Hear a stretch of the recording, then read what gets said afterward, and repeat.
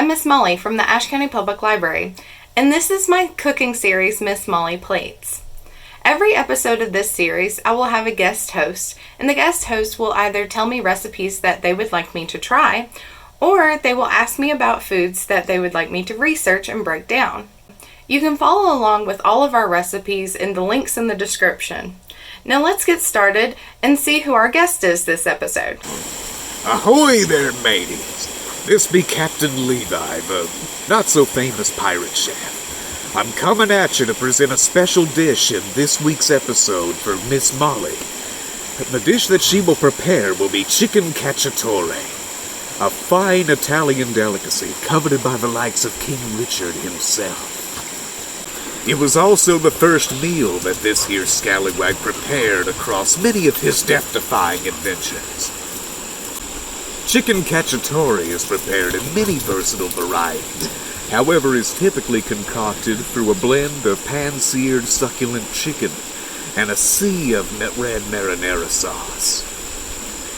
It's a delectable vessel that's sure to win over the hearts and souls of the most terrifying and cold-hearted scallywags that have ever scourged the seven seas. You can ask Pat Light himself. He can vouch for it. And without further ado, I'm going to hand over the helm to Miss Molly, where she will teach you, the landlubbers at home, how to prepare Chicken Cacciatore. It's guaranteed to make you feel as jolly as a Roger.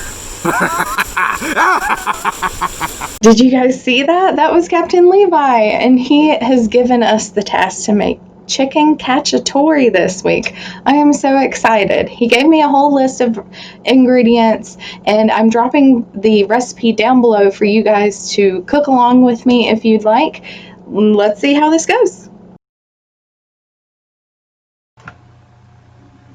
So my first step is to preheat my oven to 400 degrees. So I'm going to go ahead and do that. I have my skillet and all of my materials ready here. So let's get started.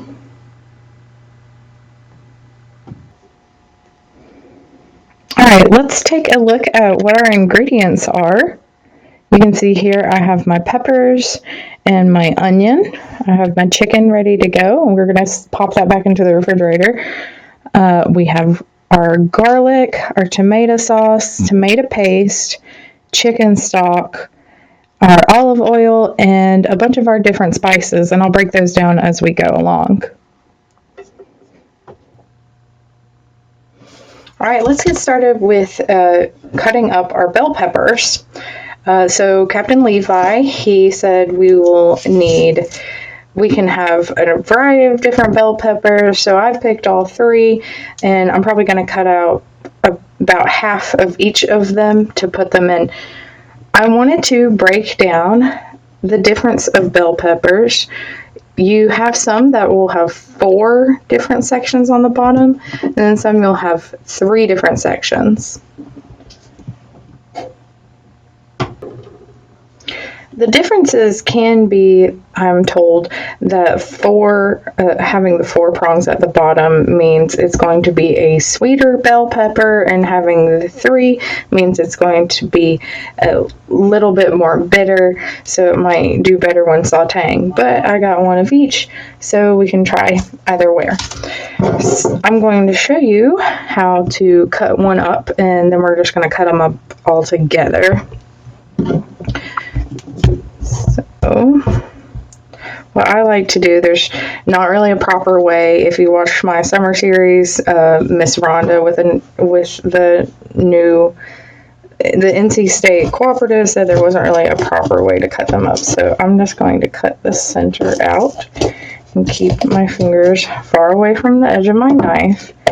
It is really important to have a sharp knife whenever you're cutting things, because a dull knife might not cut as well. So make sure your knife is nice and sharp. I'm just going to sort of dunk out these seeds because I won't need them right now.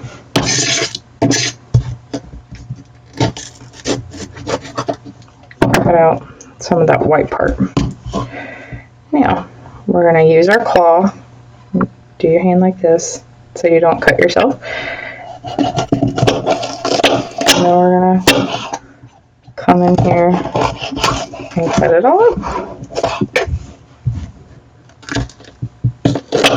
It's okay to smush it down to help with the cutting, since we're going to be cutting it up or dicing it to get it into the pan.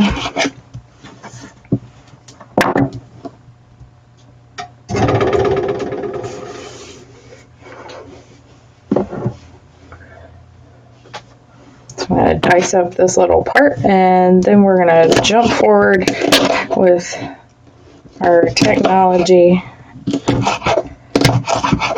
to all done. So I got my bell peppers all nice and diced. I'm going to go ahead and throw them onto the skillet. My skillet is off currently. Push them in there. And then the recipe calls for half of an onion. I have a purple onion here, but I'm pretty sure you could use any sort of onion. I'm just partial to sweet purple onions. So I'm going to peel it. Get all that stuff off.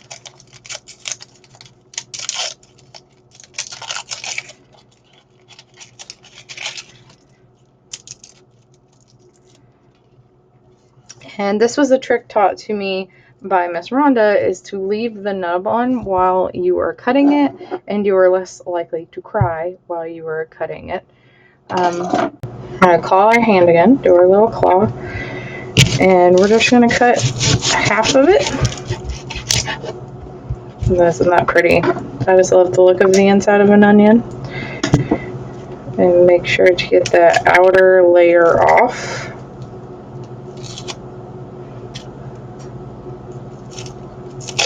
Just like that.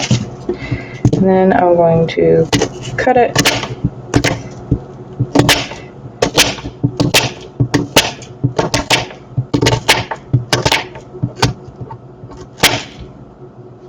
There we go.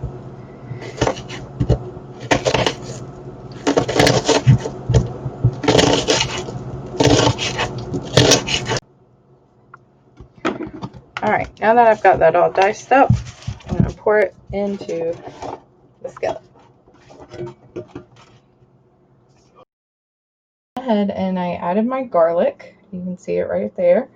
And I put a little bit of olive oil in, and that's going to help saute it. And I'm going to put it on medium-high heat until everything's nice and cooked down.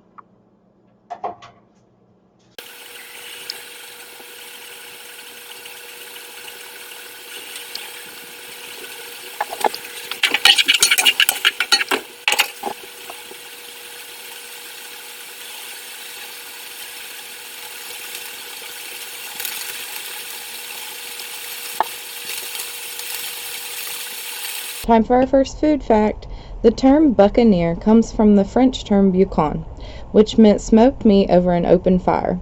Pirates and hunters in the Caribbean who made their meat this way were referred to as buccaneers, which roughly translate to barbecuers, making buccaneers, which the English would call them, just a different way of saying pirate grill master. Okay, as you can see now, it took about 5 minutes to get it properly sauteed, but things are, as Captain Levi said, are looking wilted and a little bit brown. So I think we're pretty well sauteed. What we are going to do next is we're going to add our tomato paste.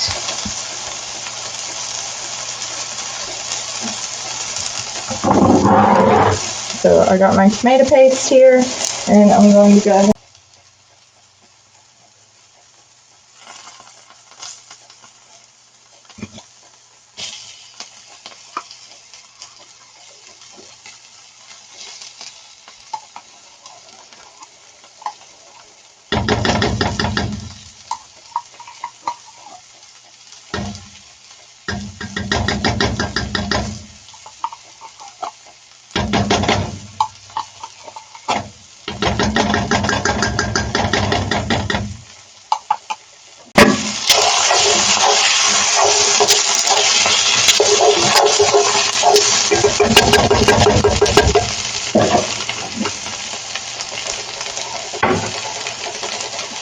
And Levi also told me to go ahead and add the red pepper flakes because this is going to be the time that the flavor is going to come out the most. So I'm going to throw those in. Let that heat up the tomato sauce for just a second. And then go ahead and throw in my tomato sauce. There's one. Be careful. Stir all that in. Two.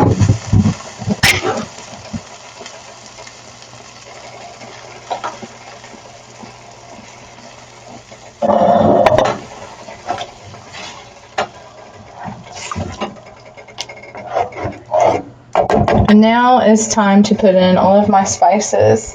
So I'm going to start with my ground oregano. This is my oregano. I'm going to put a little bit in there. I love using herbs and spices.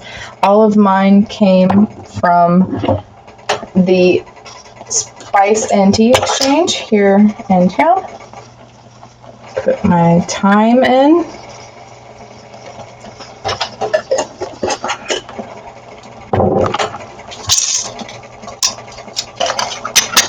My basil.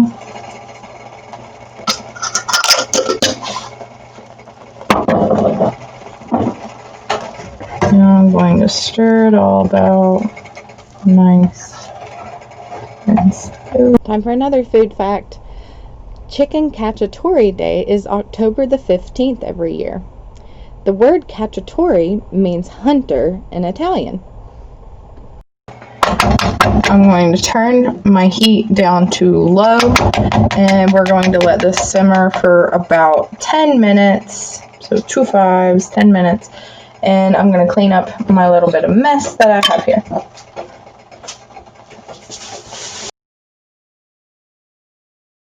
While our sauce is getting to know each other, as Captain Levi would say, we're going to take our chicken and go ahead and salt and pepper it. So I'm just going to lightly salt and pepper.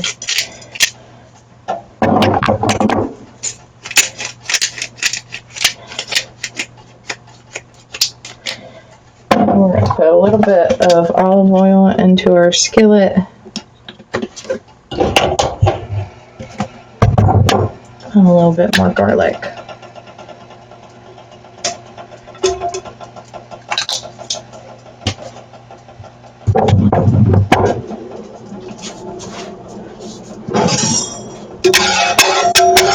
Once our oil is nice and heated up, we'll go ahead and throw our chicken on.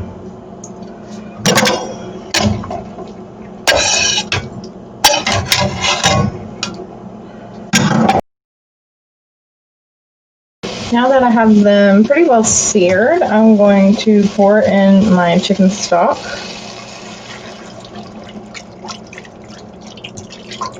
So I'm going to pour that in, and then I'm going to let that cook off for just a little bit, and then we'll be towards the final step of our cooking. This is our last food fact. The most common remedy for the sailor disease scurvy is citrus. The condition is caused by the lack of vitamin C. Looks like our chicken is all nice and seared. We've reduced most of our chicken stock. It's really pretty. All right. So now what we're going to do is we're going to take our... So there's our chicken in our casserole dish, and now we're going to very carefully take our sauce that has been sitting together for a while and just pour it right over top.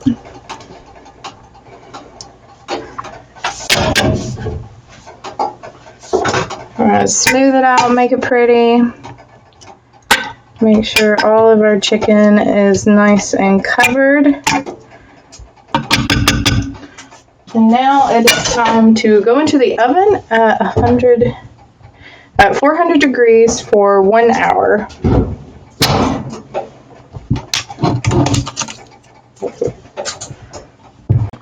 And there she is in the oven. see you in an hour. Turn off my stove, but it looks really good. And it smells amazing in here.